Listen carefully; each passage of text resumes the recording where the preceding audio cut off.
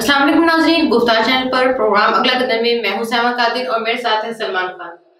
Salman, vote of confidence Imran Khan साहब जीत गए जी बिल्कुल। तो अब आपको क्या लगता है कि वोट ऑफ कॉन्फिडेंस जीतने के बाद जो इमरान खान साहब नए तरीके से एक सामने आएंगे या पहले से मजबूत होंगे या क्या हो सकता है कि या मुस्लिम मसाइल में इजाफा हो सकता है? देखिए जी, एक्चुअली हुआ क्या है कि इमरान खान की जो फसील की दीवार थी, जो किले की दीवार थी, उसमें पीडीएम ने एक दरार डाल दी है। ठीक है, अगरचे उस दरार के बाद उन्होंने उसके ऊपर से सीमेंट लगा के उसे सही कर दिया, लेकिन अंदरूनी वो जो दरार है या वो जो कटा हुआ पीस है दीवार का, वो आज भी वैसा ही है। अब देखना ये है कि इसको ये किस तरह से आगे चलते हैं। बेशक वो कोशिश तो करेंगे कि एक चेंज इमरान खान सामने आए, लेकिन ऐसा होगा नहीं, क्योंकि जब आपको एतमाद नहीं रहता, जब आपको एतबार नहीं रहता। देखिए, अब ये कंडीशन कभी भी हो सकती है। पीडीएम ने, अपोजिशन ने बता दिया कि हम जब चाहे कुछ भी कर सकते हैं। इसमें भी अगर आप देखिए कि आज जनाब 3 तारीख को इलेक्शन हुआ और 6 तारीख को आउट ऑफ कॉन्फिडेंस हुआ, बीच में सिर्फ 2 दिन थे और एक ही दिन आके उन्होंने ऐलान किया अगर जरदारी को थोड़ा सा टाइम मिल जाता तो वो यहाँ पर भी तोड़ जोड़ कर लेते। ये कहना कि आने वाले वक्त में इमरान खान जो है वो बहुत ज्यादा मजबूत होंगे, मेरी नजर में ऐसा नहीं है। बल्कि देखें ना कि एक दफा जब आप गिर जाते हैं और आप गिर के उठते हैं दोबारा, तो आपका वो अज़म दोबारा जरूरी नहीं कि उस तरह से हो, क्योंकि आपको गिराया अपने लोगों ने है, या तो उन्होंने आपको गिराया होता ना। जब तो क्या उस 16-17 जो लोग थे उनका पता चला जिन्होंने वोट यूसुफ रज़ा गिलानी साहब को दे दिया? अच्छा हाँ, उनका पता चला। मैं आपको समझाता हूँ। देखिए, कंडीशन क्या थी। कंडीशन ये थी कि होता यह है कि अगर मेरी पार्टी के लोग अगर मेरे खिलाफ वोट करेंगे इस तरह के वोट ऑफ कॉन्फिडेंस में, तो उसमें होगा क्या कि जब वो पता चल जाएगा वो ऑटोमेटिकली वो नाअहल हो जाएंगे, उस पार्टी का टिकट उनसे वो खत्म हो जाएंगे। अब यहाँ हुआ क्या है, अब आप देखें कि 6 वोट जो है वो जाया हुए हैं। 7वां वोट जो है वो शहरियार आफरीदी का है। जो शहरियार आफरीदी का वोट जाया हुआ है वो उनमें से नहीं है जिनके ऊपर डाउट किया जा सकता है। वो बस वो जल्दी से आए, उन्होंने एक बेवकूफ़ी कर ली वहीं करके, उनको वैसे भी चाहिए था। मुझे तो अब ये यकीन हो गया कि इलेक्शन कमीशन भी उनके साथ ही था, तो उनको वो दोबारा वो नहीं दिया गया। तो शहरियार आफरीदी का वोट एक तरफ रखिए, बाकी 6 लोग थे। वो 6 लोग जिनकी दो वीडियोस भी आई है, जिनमें से एक वीडियो में आपने सुना होगा कि जिसमें वो कहते हैं कि जी हम 4 लोग पक्के हैं, हमारे ऐसा ही है, और बाकी 2 लोग, ये वो 6 लोग हैं। ये 6 लोग पीटीआई के हैं। किसके हैं? पीटीआई के। इन्होंने अपना वोट जाया क्यों किया है? जाया इसलिए किया कि जाया होने में आप ना अहल नहीं होते, लेकिन अगर वोट आप अगेंस्ट दे देते हैं तो फिर आपको पार्टी छोड़नी पड़ती है, आप पार्टी से नाअहल होते हैं। जो बाकी 9 वोट हैं वो किसने दिए? उसके अंदर जो है पीपल्स पार्टी अपना पीटीआई के अंदरूनी उसमें वो कहा जा रहा है कि वो इत्तेहादियों ने दिए हैं। उसमें कि क्या है, सबसे ज्यादा जो शक, जो डाउट है वो एमक्यूएम के ऊपर हो रहा है।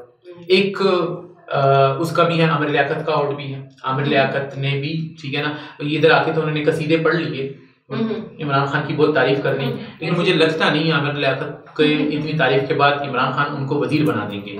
मुझे लगता है दुनिया से वजीर नहीं बनाएंगे उनके, लेकिन उन्हें तारीफ कर दी है। एक तो उनका, तब बाकी जो हैं ये ज्यादा ये हो रहा है कि एमक्यूएम के हैं। और क्योंकि एमक्यूएम की, इसलिए कि एमक्यूएम और पीपल्स पार्टी की जो है आपस में वो काफी मीटिंग्स हुई हैं, लेकिन यही कहा जा रहा है क्योंकि इसमें से अगर वो 9 के 9 सामने आ भी जाते हैं कि उन्होंने वोट इमरान खान को नहीं, तो कुछ नहीं होगा।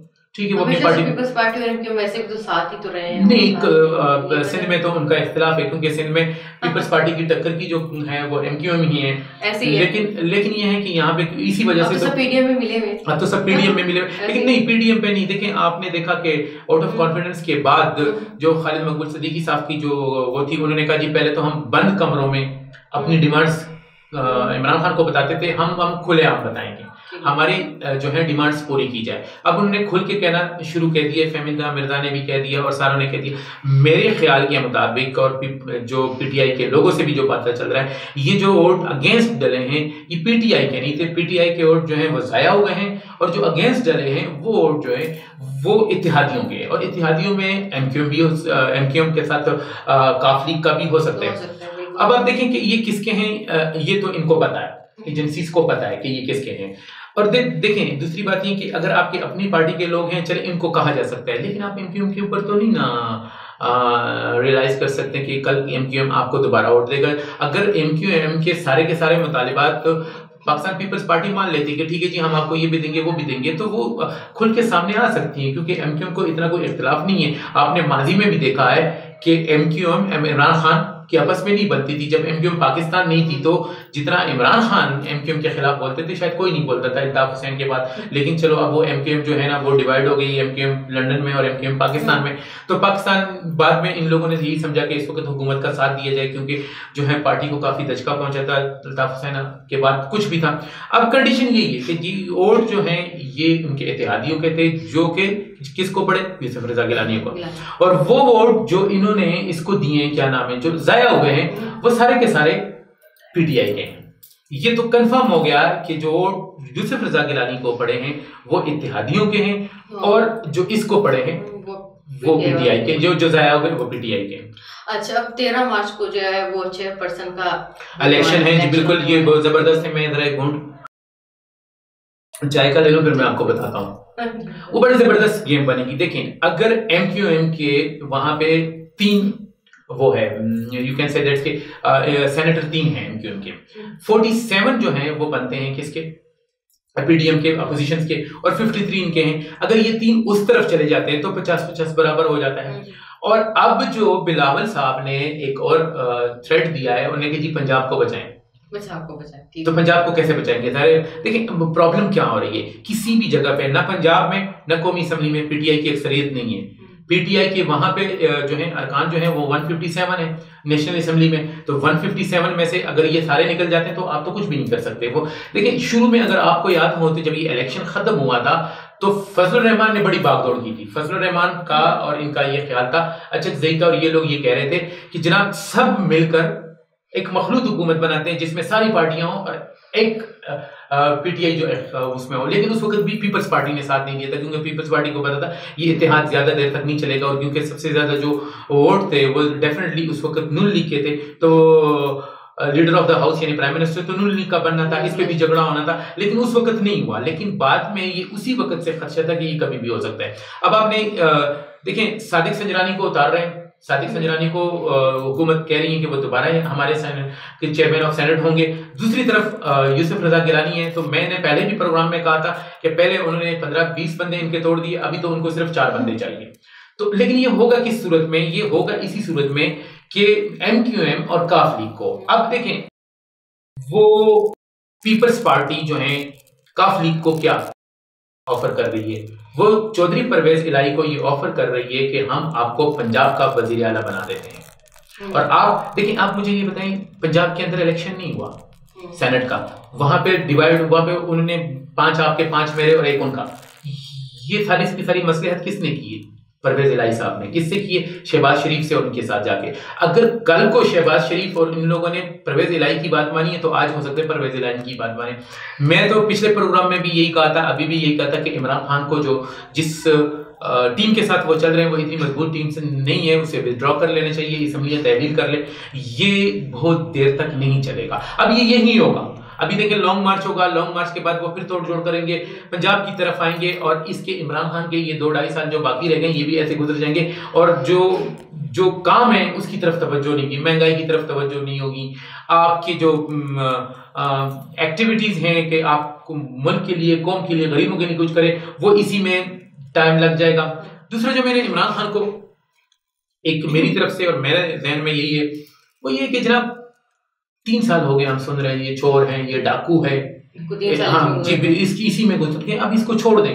अब ठीक है, सबको पता चल गया चोर है, डाकू है, अब कब तक इसी चीज को आप लेके चलेंगे? अब आप अच्छी गुड गवर्नेंस दें, ठीक है, वो जो है वो अपनी जगह। आप अच्छी गवर्नेंस नहीं देंगे तो कल को जब आप भी जाएंगे तो वो लोग भी यही कहेंगे ये चोर थे, डाकू थे, ले गए सब कुछ। अमली तौर पे कुछ करना होगा। अमली तौर पर इमरान खान जो है वो कुछ, PDM कभी भी नहीं चाहेगी कि अमली तौर पर वो कुछ करें और वो उन्हें कुछ करने दें, और मेरे ख्याल से होगा भी नहीं। क्योंकि जब आप टेंशन में होते हैं ना, तनाव में होते हैं, घर के अंदर भी अगर घर का सरबराह तनाव में होता है और वो टेंशन में होता है तो वो काम नहीं होते। तो हमारा सरबराह अगर इसी तनाव में रहेगा कि वो 5 साल वो सिर्फ इसी तरह गुजार देगा जी अपनी हुकूमत को बचाना, भले वो उसको नहीं बचा रहे, लेकिन कब तक? तो मैं फिर भी प्रोग्राम के आखिर में कहूंगा कि इमरान खान को आने वाले वक्त में इमरान खान मजबूत नहीं होंगे, बल्कि बहुत ज्यादा उनको मुश्किलात आएगी, बहुत ज्यादा दुश्वारियां आएगी, और ये चीजें ऐसे ही चलती रहेगी। वो अब देखें अब क्या हो गया, अब अटैक कर रही हैं, हॉकी का मैच होता है ना,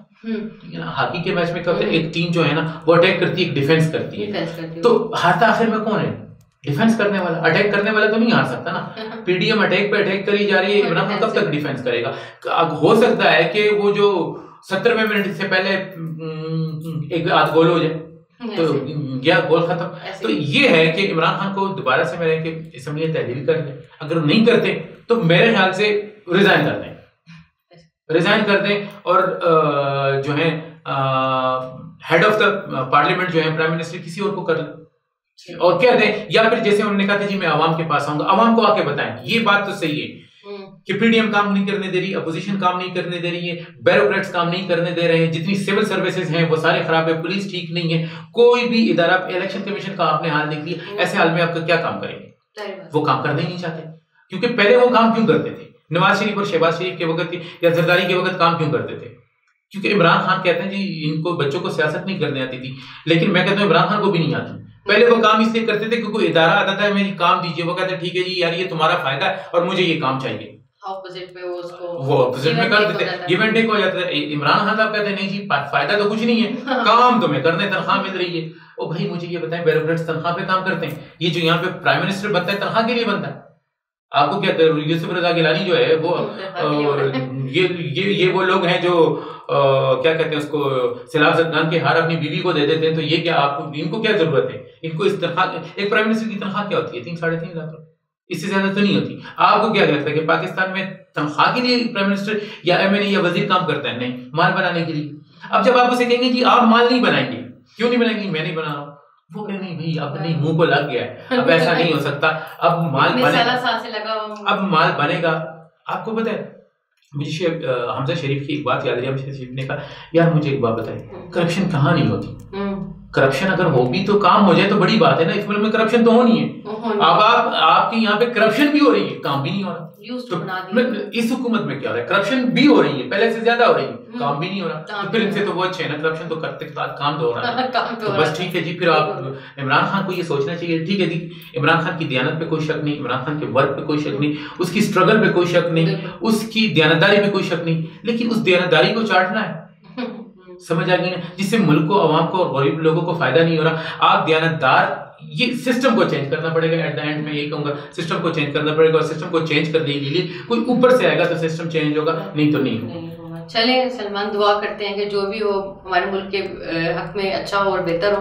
थैंक यू। मुझे लगता है कि जब तक ये ऊपर जो आप सिनारी, जो ऊपर आप तस्वीरें देख रहे हैं ना, जब तक ये मौजूद है ना तो ये दुआ कबूल नहीं होगी। बहुत मुश्किल है, जिस तरह के हमारे फॉर द बेस्ट। चलें आप दुआ कर सकते हैं, ठीक है, चलें, ओके। Thank you Salman. नाजरीन आपका भी बहुत बहुत शुक्रिया। इंशाल्लाह जल्द मिलेंगे नए प्रोग्राम में। अल्लाह हाफिज।